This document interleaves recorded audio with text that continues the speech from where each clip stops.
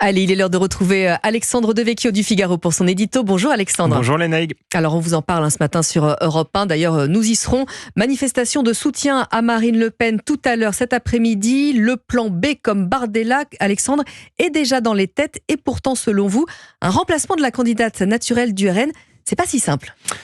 Non, comme je l'ai rappelé hier, la vague populiste qui traverse toutes les démocraties occidentales dépasse la personne de Marine Le Pen et je crois qu'à terme, aucun barrage ne pourra l'arrêter. Il n'empêche, un éventuel remplacement de Marine Le Pen serait un coup dur pour le RN qui devrait revoir sa stratégie en profondeur. Car en vérité, depuis quelques années, Marine Le Pen et Jordan Bardella forment un binôme complémentaire.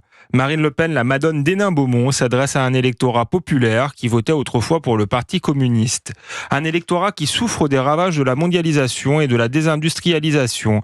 Elle incarne le RN souverainiste et social du Nord. Jordan Bardella, là, lui, séduit un électorat qui vient de la droite et qui s'est radicalisé face aux conséquences de l'immigration de masse.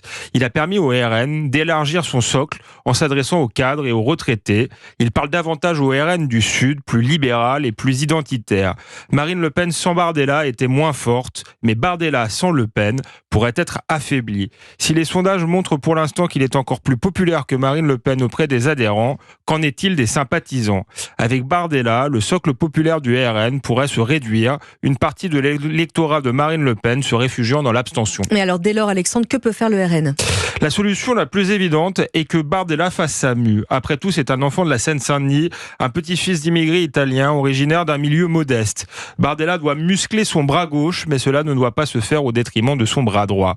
Reste que dans ce cas-là, la position de Marine Le Pen serait compliquée. Devra-t-elle se retirer au plus vite pour laisser le temps à Bardella de se préparer ou au contraire le protéger jusqu'à la dernière minute ? Un autre scénario plus inattendu est possible, celui d'un nouveau ticket où les rôles de chacun s'inverseraient, avec Bardella à l'Élysée et Le Pen à Matignon. Est-ce que ce serait un scénario risqué, Alexandre ? Oui, cela serait un pari risqué. On accuserait Marine Le Pen et Bardella de faire une Poutine-Medvedev. On reprocherait au RN de n'être rien d'autre qu'une PME familiale. Mais ce serait intéressant aussi bien du point de vue idéologique que sur le plan du récit. Sur le plan idéologique, ce serait une manière de ne rien céder aux juges, de rappeler la souveraineté du peuple et la primauté de la politique. Sur le plan du récit, cela dépasserait le scénario fou de l'élection présidentielle américaine. Après tout, qui aurait pu prédire l'affaire DSK, la mise en examen de François Fillon, la percée de Macron ou encore la dissolution ahurissante du même Macron ?